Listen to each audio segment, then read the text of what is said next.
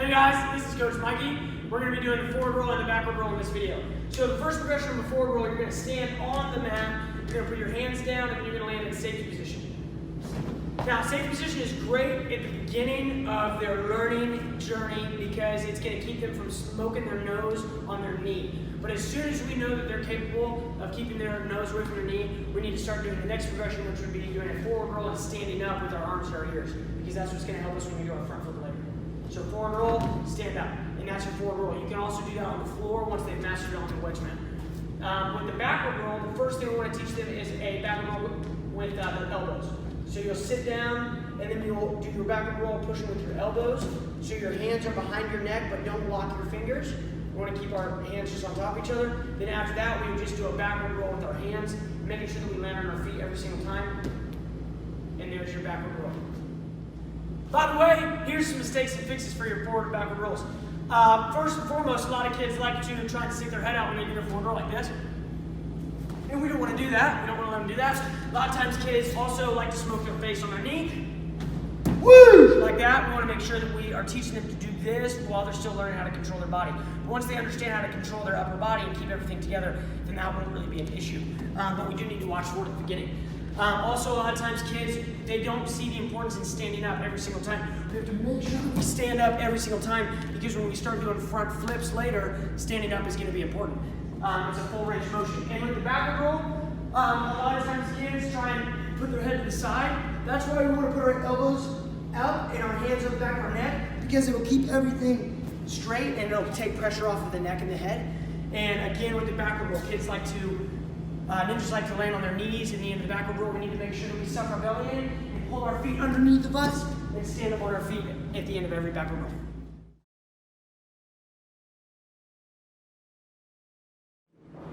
Hey guys, this is Coach Mikey, and this is the ninja roll. We're going to go through forward, side, and back ninja rolls in this video. So the first progression of the normal ninja roll, the forward ninja roll, would be a forward roll. So you can stand on the mat or you can stand on the floor and you can do a forward roll and stand up on your feet. Beautiful. The next progression is going to be just a side roll. I tell kids to roll like a dog. So hands and knees, and then they roll and they stand up. Beautiful. And the side roll is the easiest ninja roll. We want them to be able to do a side roll as part of their ninja rolling skills.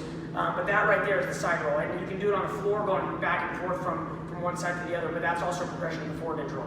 Now, the forward ninja roll is going to be like a side ninja roll moving forward. So we tell kids to go forward, run forward, and then do a side ninja roll. And typically, they're going to come right up out of it. We just want to teach them to make sure they're standing up straight and going straight forward at the end. Can you do that this time? Make sure you go straight forward at the end. Beautiful. So after that is the back ninja roll. And one of the easiest ways we found to teach the back ninja roll is to keep one hand on the mat, and the other hand's going to be free, and then you're just going to roll back. Once you get flat on your back, you let go with that hand, and then you can come up. And there's your back ninja roll. By the way, guys, here's some mistakes for your ninja rolls. A lot of times kids are going to try and put their face on the mat when they do a ninja roll. You don't want them to do that. We also have the kids that start their ninja roll with their hands on the side, but they still just do a forward roll. We want to make sure that we are actually rolling over our shoulder. A lot of times, also kids will stand up at the end. We have to make sure that we're getting kids to stand up right away. On the back ninja roll, when we teach it with one hand on the mat, a lot of times kids will keep that hand on too long, or they'll let go too late and just do a straight backward roll. We want to make sure that we let go once the tension on our arms just gives our body a little bit of turn. So once our arm gets straight and once our back and our shoulders are on the mat. And also in the back ninja roll, we want to make sure that they're keeping their head safe. This is not a backward roll like in gymnastics. This is a back ninja roll, so they're keeping their head pretty much entirely out of the equation. And that's your ninja roll.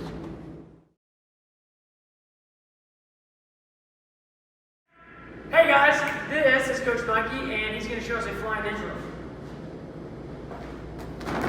Beautiful. So the first progression of flying ninja roll is just going to be running or jogging forward into a ninja roll. So if you're on the floor, just like we finished the ninja roll video. The next progression of that is going to be, we're going to add a little bit to it. So he's going to have to go up over a mat, like this. Good. And then the next progression, we're we're going to build it up even higher. So he has to go even higher. Whoa.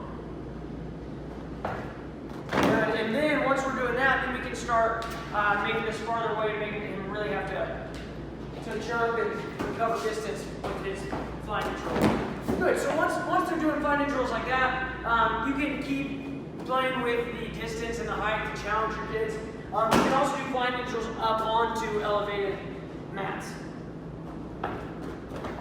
And that is your fly neutral. By the way, here are some common mistakes and fixes for your fly neutrals. One of the common mistakes that we see is kids don't get their hips out when they jump, and then they're not going high enough, and it just turns into a big mess. The next one that we see is kids go straight over the top, like a dive roll, and we want to do a fly neutral because this is something that is not going to be done on a nice soft mat all the time. We want to make sure we're enforcing and having them do the neutral. And then the next one we're going to do that we see a lot is kids that go sideways, like they go completely sideways, and that's not really going to help them if they're really doing this without a big soft mat. We want to make sure we're going over the shoulder. So that is your fly neutral. 11. Hey guys, this is Coach Mikey, and we're going to do the gargoyle hang. So the first progression of the gargoyle hang would be to just be on the bar, and you're going to lift your feet up to the bar, and you're probably going to have to help ninjas do this when they're first learning. The next progression will be the same thing, except you're going to let your feet pass through your arms, and then you'll come down and land on your feet. Good. And then the last progression, once they understand that and they're over the fear of going upside down, then we want to actually have them start hanging upside down, or hanging before they let their feet touch the ground. I want them to hang right here and work on that strength. And so that's going to be the last progression of the gargoyle hang. By the way, guys, here are the mistakes for the gargoyle hang. A lot of times kids and ninjas will put their one foot outside of their hands. We don't want to do that because then they'll get caught with their arms. We also have kids that try to do it with really long legs, and it's a lot harder to get your legs through when you do that. We also have the kids that go through and catch their feet on the bar and do whatever this thing is, and we don't want to do that. We got to make sure we're spotting them so that doesn't happen. And then we also have kids that just let go. They like go up on the bar and they get upside down and they let go. So you got to make sure that your hands on when they're learning this skill so that they understand that. And here, go ahead and do like half of it. They let go right here, which is bad. We got to make sure that they don't let go of the bar, so we got to be there to help them. And there's your gargoyle hang. Hey guys, this is Coach Mike, and this is the back kick, cart, front kick combo. Awesome! Now, when you do the back kick, cart, front kick combo, as always, we need to make sure that we're kicking at the same target. So wherever you're kicking, that's also where your cart is going to go. So he's kicking towards that way, and he's going to cart that way also, and he's going to front kick that way. So we have to make sure that we're going after the same target the whole time.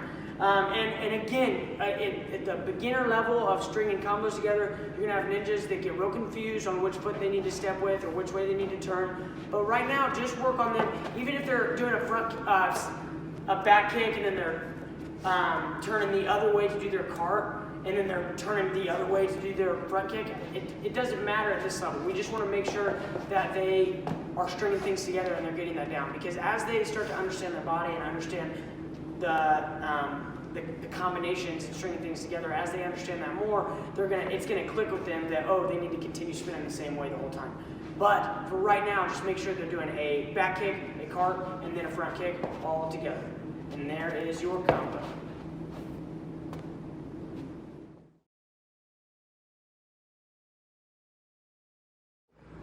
Hey guys, this is Coach Mikey, and this is the cash ball. So, when we're learning the cash ball, the first thing we're going to teach our ninjas is how to do a monkey up, and then you're going to sit, monkey up, sit to your bottom, and then push off. The next progression is going to be a cash ball to your bottom. So you're going to cash ball, bottom, push off. Beautiful. The next thing we're going to do is we're going to do a cash ball where we come around the outside, around the outside, around the outside. Like this, and then that way they don't have to get so close with their legs to their body that it's a little easier for them to come around the outside on the cash ball. So then once they have that down, then we need to go straight to the middle. So they're going to push with their arms and go through. Now, the big mistakes that we see are, number one, we have ninjas that land on both feet at the same time. We want to make sure we step out of this so that we are not, ouch, man, didn't that hurt so bad? We want to make sure that we step out of it so that we absorb the impact a little better. We also have ninjas that hit their feet on the mat. A lot of times it's because they're not pulling their feet, they're waiting too long to pull their feet. And we have ninjas that land on their bahonkas. They land right on their bahonkas, and yes, that is a progression of the skill, but we don't want to be doing that when we're doing the full speed cache. Now, I will mention, whenever you're doing vaults, you want to be working with a mat that's about hip height for the athlete. So this is a good size mat for Coach Mikey and for me and all of the short coaches we have here at Ninja Zone. But for a smaller child, then you're going to want a mat that's about their hip height. And also, it does help to have a Kong vault and a dash vault for this skill, but it is not absolutely necessary. And that is your cache vault.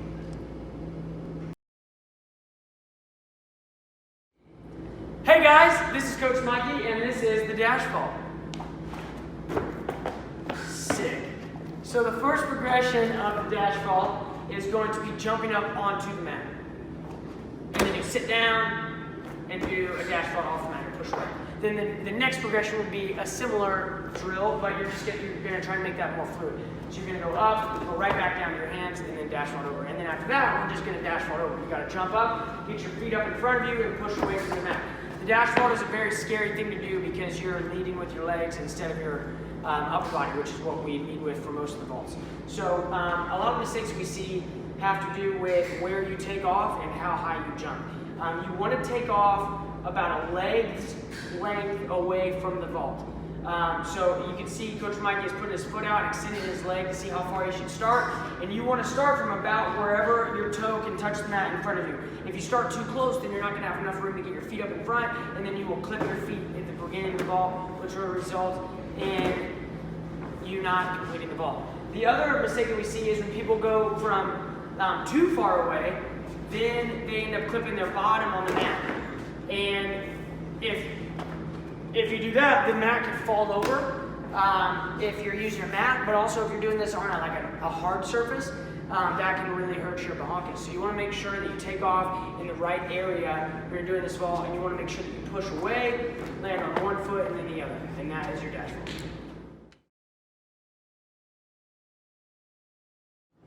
Hey guys, this is Coach Michael, and we're going to show you the speed vault. So the first progression of a speed vault is going to be the safety vault. Same thing we've done before. It's going to be one hand, opposite foot, body faces forward. And then you're just going to go over it faster and keep your feet from touching the mat. So you're just going to go straight over with just one hand. And you want to make sure that you get your body horizontal. You want to stay real close to the obstacle that you're vaulting over. Now, the big mistakes that we see are kids and ninjas, they tend to turn their body when they do it. So they do a speed vault and they turn their body like a turn vault. We want to be going so fast forward that we cannot turn left or right. We want to just go straight. The other one that we see a lot of times is kids will put both hands down or they'll let their feet touch. And the last thing that we see a lot of times is when kids, like we talked about earlier, kids will try and go over it and keep their chest right on top of their hips, and they'll go over and stay very, very vertical. But the lower to the ground you can get, and the more you can turn your body, the easier the skill is going to be. So we want to make sure that you're staying real low and doing your speed vault the right way, and that is your speed vault. Go. Hey guys, this is Coach Michael, and we're going to do some clears. So the first progression of a clear is just running and hurdling over a very small obstacle. That's all a clear is. It's just a hurdle over an obstacle. It's not a vault. You're not going to vault. You're not going to do a safety vault over a pile of broken glass or over a sleeping lion. You're going to clear it. That's what a clear is. So then after they can go over a small obstacle, you're going to build it up a little bit. You can use foam blocks for this. You can use our cart blocks. I like the cart blocks because then you can put them up and make them taller, and then they're really easy to tip over. So if they clip them with their feet, they will fall over and they'll know that they didn't clear it. And that's really it for a clear, guys. We just want to make sure that we're going over and not into the obstacle. We have to make sure we get our feet up high enough that we don't hit it. Because if we're doing this outside or doing this somewhere where this isn't an obstacle that will fall over so easily, then we can really hurt ourselves if we don't clear it. So we got to make sure that we're clearing it all the way. Go. Hey guys, we're going to do the castaway. So when we do a castaway, the first thing we have to do is get up on top of the bar.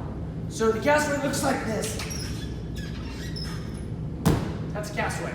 And before we can do a castaway, we need to make sure we understand what a cast is. So teach your ninjas, first off, how to push to a front support. But then they need to understand that they're going to lean forward, their legs are going to come forward, and they're just going to cast off the bar 3 times. Just like that. And then they're going to cast off the bar, push, and land on their feet. And that's the castaway. And so this is a great thing to do after you do pullovers or when you jump front support and do some conditioning on the bar or whatever it is that you're doing. A castaway is a great way to come off the bar because it's a safe way to land on the floor without hitting your face on the bar. Because a lot of times what happens when kids come down from the bar, they come straight down like that, and that's how we hit our face on the bar. We don't want to do that. A lot of times also kids will bend their arms too much when they do a castaway. We want to make sure we just keep the arms straight. Just keep the arms straight and rely on the momentum from your legs popping off. And you can push with your arms, most definitely, but you don't want to like bend your arms and then push off the bar. Just keep your arms straight the whole time when you do this skill. And that is your castaway.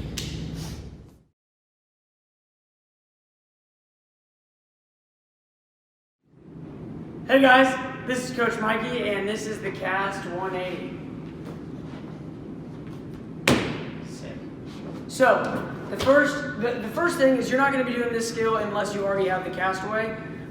So if you are looking to figure out how to do the castaway, you can watch the castaway video. But with this skill, once you have the castaway, you're just going to do a castaway and then jump 180 once you land. Just like that, and then you want to do that faster and faster, so they'll cast, land, jump 180 right away, stuff like that. And then you're just going to do the 180, you're going to push away from the bar and do the 180 on the way down.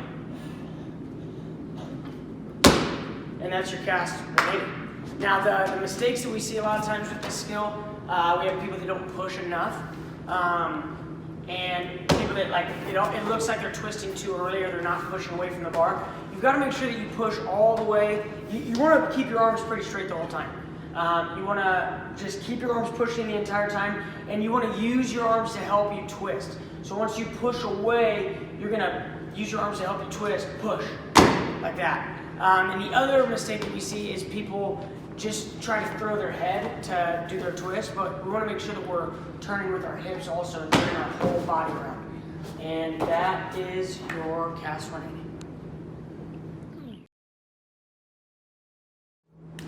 Hey guys, this is Coach Mike, and this is the butterfly kick. Sick.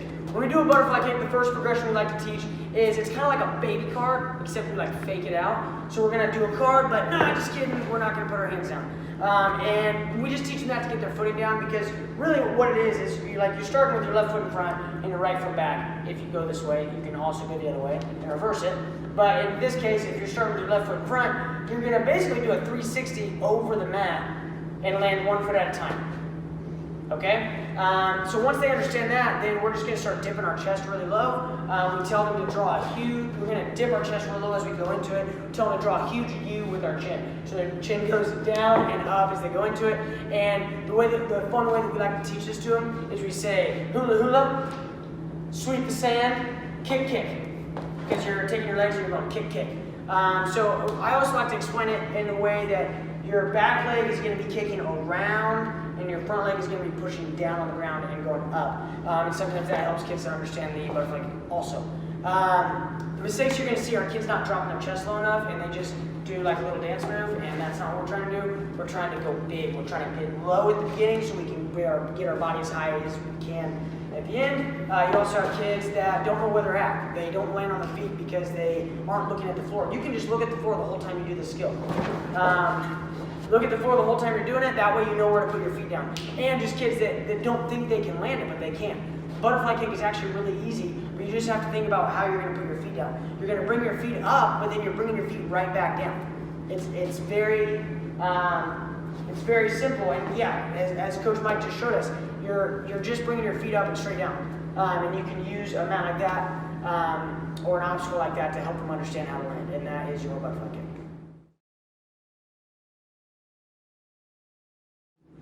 Hey guys, this is Coach Mikey, and this is the round kick, cart, butterfly kick combo.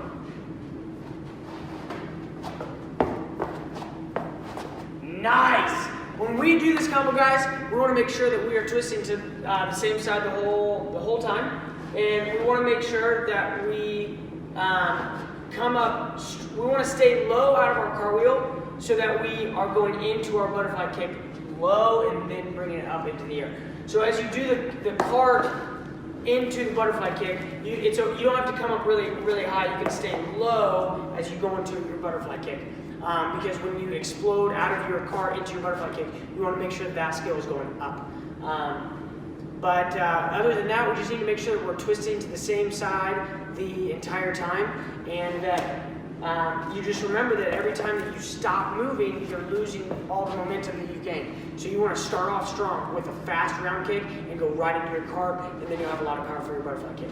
And that is your combo.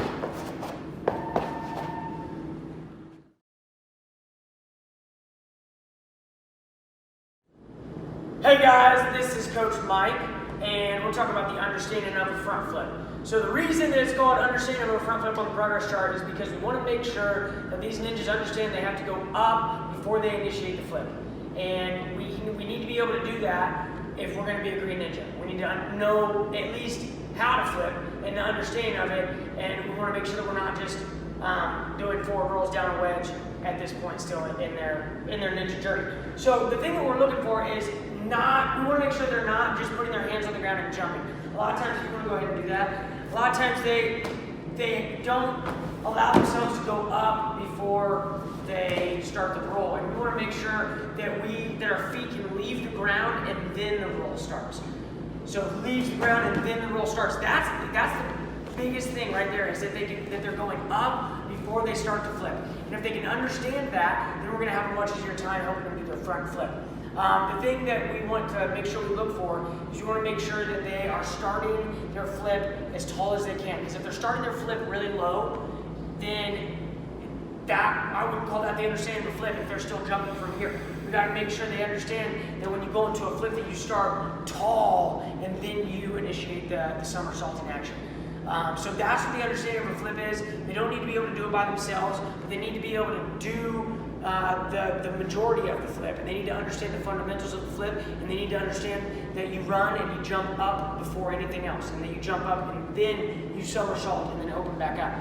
They need to understand that a flip goes from long to small back to long again, or tall to small to tall. And if they can understand that, then they've got it, and that's the understanding of a front flip.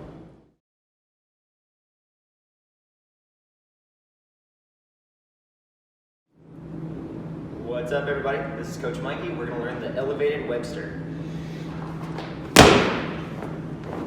Key things to remember is that a Webster is just a front flip off one foot, but you get your rotation from that big kick.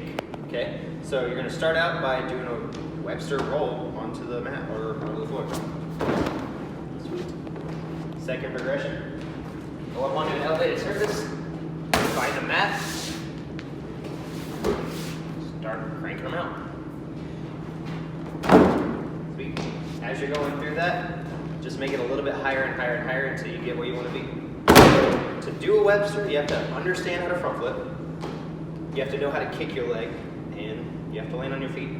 So, biggest problems that you see with the Webster, when you swing your leg, a lot of people don't go past their foot or they don't swing their leg enough. It's like they bend their knee. Another big problem is they keep their head super close to where they take off, and they don't want to keep their back up. If you keep your back up, it's the same thing as doing a front flip. With your straight body, you go up a lot higher. It's kind of hard to do that when you're head down. Sweet. Another one that's probably the biggest issue is people don't jump when they swing their foot. So they'll do everything right, they'll get all the rotation, but they'll forget to jump so they don't go up.